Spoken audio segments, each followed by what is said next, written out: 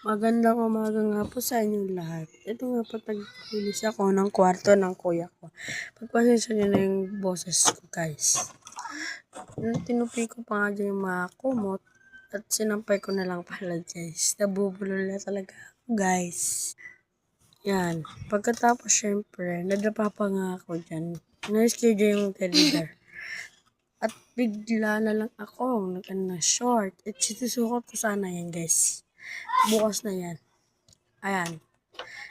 Tinignan ko kung maayos at pinakita ko nga sa inyo yung beef.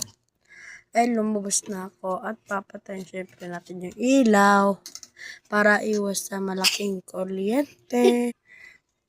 Lumabas na nga po ako dyan. Pasensya nyo na, ang labo ng camera. Humihinga lang ako dyan kanina, guys. Kasi guys, natatakot ako dyan sa CR namin. Guys, sa baba. Grabe naman. Yan. Pinakita yung paligid. At yan, pumasok na ako. Katapos naman nun, uminom na ako saglit. Para hindi naman ako mabulunan. Yan, uminom na ako. Pasensya na, nilagay ko na sa rep yung camera. Pa-cute na. Ay nga po si hindi natutulog.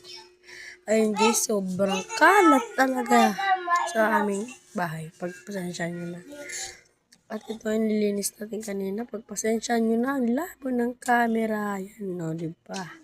At nakatulog pa nga yan si Alapis.